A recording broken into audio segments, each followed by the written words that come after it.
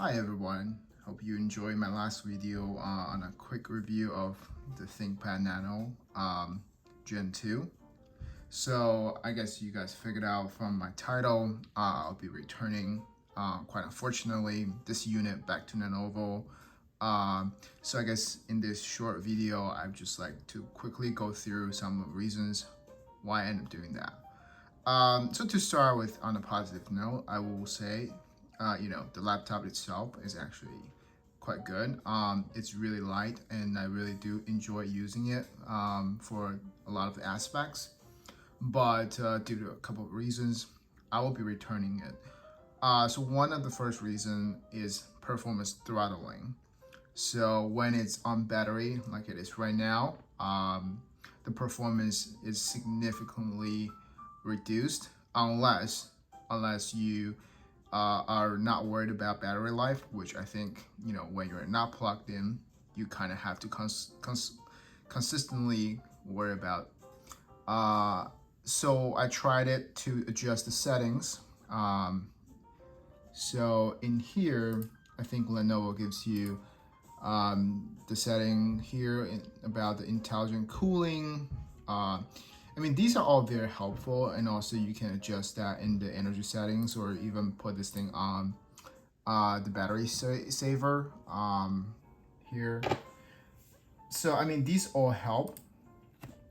When you do that, it does significantly hamper the performance.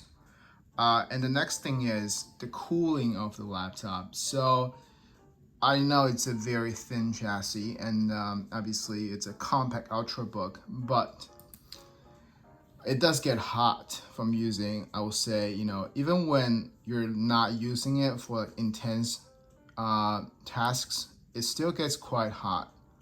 Here you can see, when on idle and not doing anything, the current core temperature is around 50 or slightly above 50.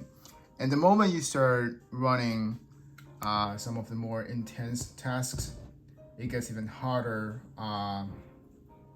So that, to me, I think, it definitely is not very helpful if you're looking to put this thing on your lap or just using it without a desk. You will feel it.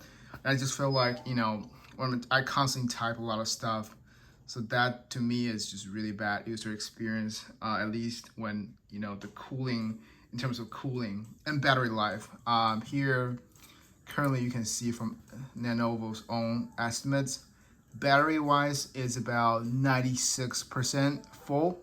But even at this level, sorry, let me quickly adjust it's around 4 hours and 6 minutes remaining time.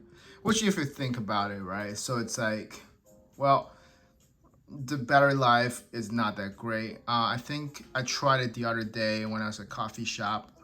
I sat there for about an hour and I used about 20%. So even that's just browsing webs. So the actual use will be around 5 hours.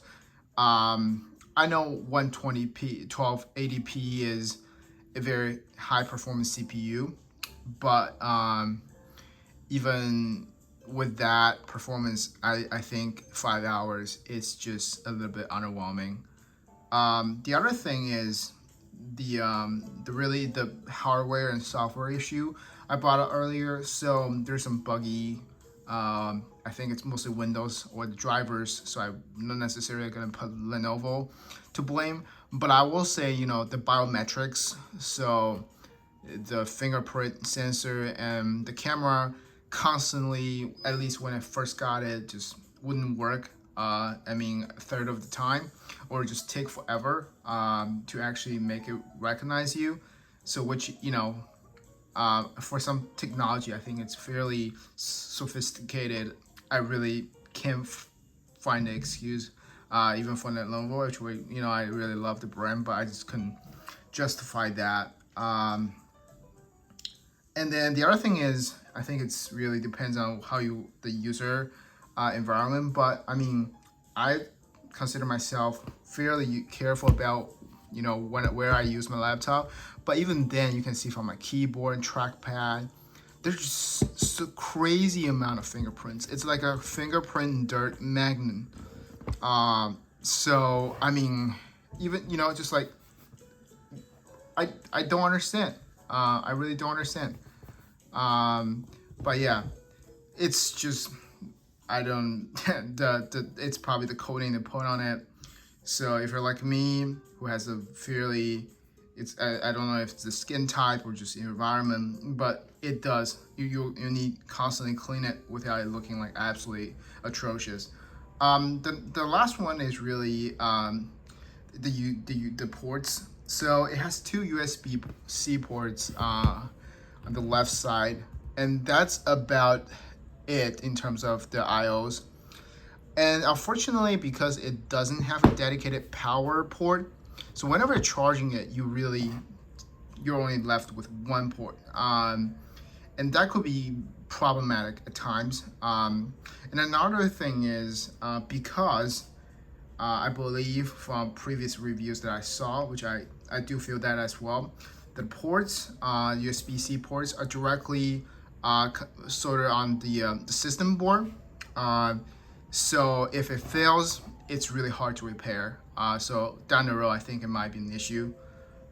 So yeah, that's honestly all my reasons why I'll be returning it. Really quite unfortunate, but yeah. Hope you guys find this video helpful. If you have any other questions, feel free to drop a comment. I'll try and answer as much as many as possible. Thanks for watching.